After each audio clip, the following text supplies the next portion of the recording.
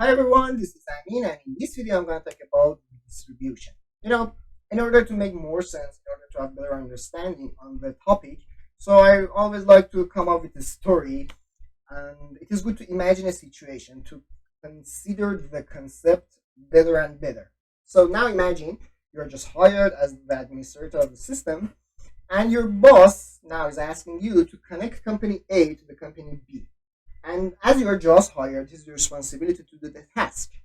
Uh, because of, I don't know, the previous administrator, or maybe the companies are just combined to each other, company A is working based on RIP routing, and company B is working based on OSPF. So, what you are supposed to do, you are supposed to have a router here as an interface between them and configure half of that, the left hand sided, with the rerouting and the right hand sided with the OSPF, and then do redistribution on the router. How? I'm going to show you. So let's go for the GNS tree, and let's save some words. So here we have the R1.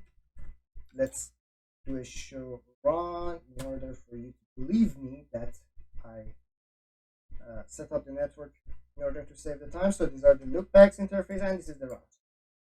So show IP route.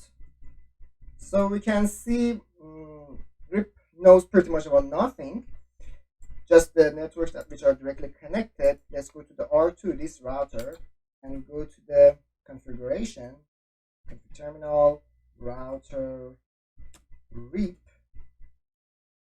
and do the redistribute. So after that, assign the protocol. We're going to work on OSPF. Process ID is 1, and then we are clear. We can hit on the enter. But the point is, it is good to be more specific, and we're going to be more specific. So we're going to think of the metric. By default, it is infinite. But the point is, now you should think of a situation that you're going to send a bunch of networks to here, and you should think of that how many hubs you're going to start with, and we're going to set a number for that. So the metric is 10. And also we can do something like default metric and assign a number here. I'm going to say 6.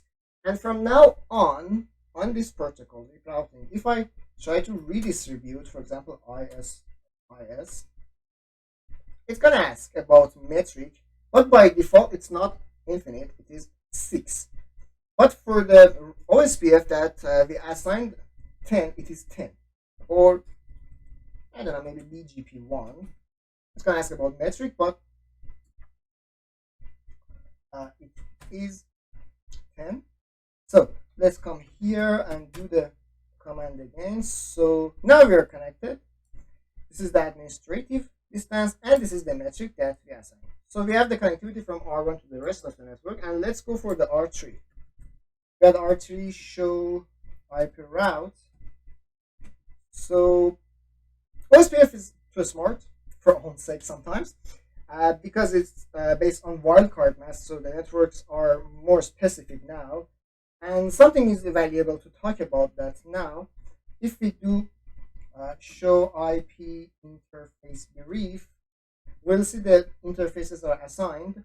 And if we show run on interface, for example, loopback 0, we'll see as long as the subnet is /24. If we come here, it's a subnet /32, and it is somehow weird now, because for the rest of them, the situation is the same. For example, look back 5, and the subnet is /24, but here /32, and OSPF is saying, I'm catching up what you're doing here, or I'm picking up what you're laying down here. I can't understand specifically. If we show IP OSPF interface, we'll see it's even though you assign a /24, it's a loopback interface, and I know that. So how to change the situation, because it's a lab and we're going to be more specific. So we go to the interface, for example, interface loopback 0, and say IP OSPF network point, and it will be changed. or for another, for example, this loopback, and if we do show IP OSPF, oops, sorry, if we do show IP OSPF interface, we'll see it says that loopback 1 now is point to point, but the rest of them are still loopback.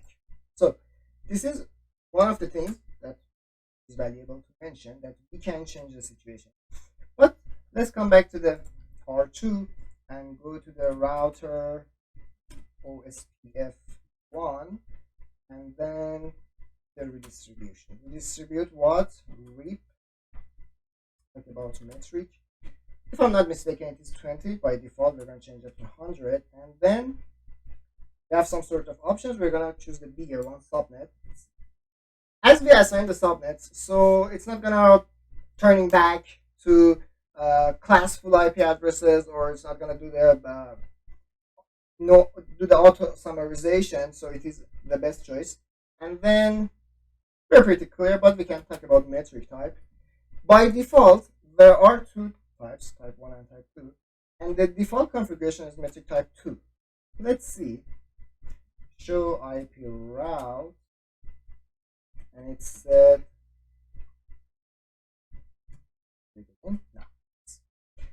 good. O stands for OSPF and E2 stands for OSPF external type 2. This is the administrative distance, and this is the metric that yes. Let's think of that more specific. So we are here, we're gonna send the data towards here, the network towards here, and maybe in the future towards another router, then another router. And when we assign metric type 2, whatever router it goes, or it's not important, the metric type will be saved. I mean, metric here, for example, this router is 100, here is 100, here is 100, 100, 100, 100. This is the thing that the metric will not change because of metric type 2. But if we come here and change it to metric type 1, based on the cost, it will be changed. There is 100, maybe some refresh it needs, and then show IP route. Yes, it changed because it's a loopback interface and the cost is 1, so it's going to be 101.